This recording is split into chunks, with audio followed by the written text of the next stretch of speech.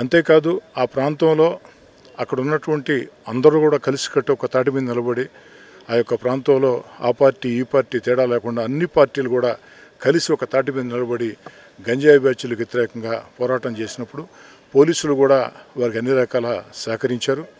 ఈ పరిస్థితుల్లో ఈ గంజాయి బ్యాచ్ల మీద, ఈ రౌడీల మీద, గూండాల మీద, భూ కబ్జాదారుల మీద ఇప్పటికే నెల్లూరు జిల్లా పోలీస్ శాఖ కఠిన చర్యలు చేపట్టింది.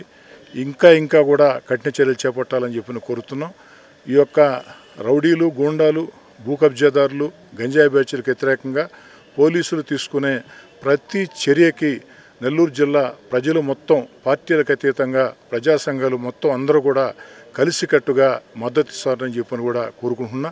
అందరి ఆకాంక్ష ఒకటే, ఏదైతే ఈ యొక్క అరాచక శక్తుల ఆ యొక్క ఆగడాలు మొత్తం కూడా పూర్తి స్థాయిలో రూపుమాపే విధంగా పోలీస్ శాఖ పనిచేస్తున్న దానికి ఇంకా కూడా వారికి అండగా నిలుస్తామని చెప్పిన కూడా మాట ఇస్తూ ఇంకా కఠిన చర్యలు తీసుకోవాలని కోరుకుంటూ, ఎంత బాధాకరం అంటే పాపం కామ్రేడ్ పెంచలయ్య సామాజిక సేవా కార్యక్రమాలే కాదు నేత్రదానం మీద అవగాహన కల్పించాలని తన నేత్రాలు సైతం వారు దానం చేయడం జరిగింది. దానివల్ల మరొకరికి చూపు వచ్చే పరిస్థితి.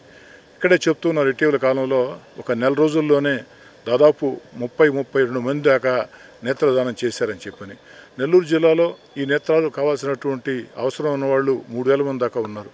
కాబట్టి ఈ నేత్రదానాన్ని కూడా మనం అందరం కూడా ప్రోత్సహిద్దామని, ఈ యొక్క గంజాయి బ్యాచ్లకు వ్యతిరేకంగా, రౌడీలు, గుండాలు, భూ కబ్జాదారులకు వ్యతిరేకంగా ఈ యొక్క సామాజిక సేవా కార్యక్రమాలు మొత్తం కూడా మనం చేయటమే కామ్రేడ్ పెంచలయ్య ఆత్మకి శాంతి కలుగుతుందని, ఆ యొక్క కుటుంబానికి సిపిఎం పార్టీ అండగా నిలుస్తుంది.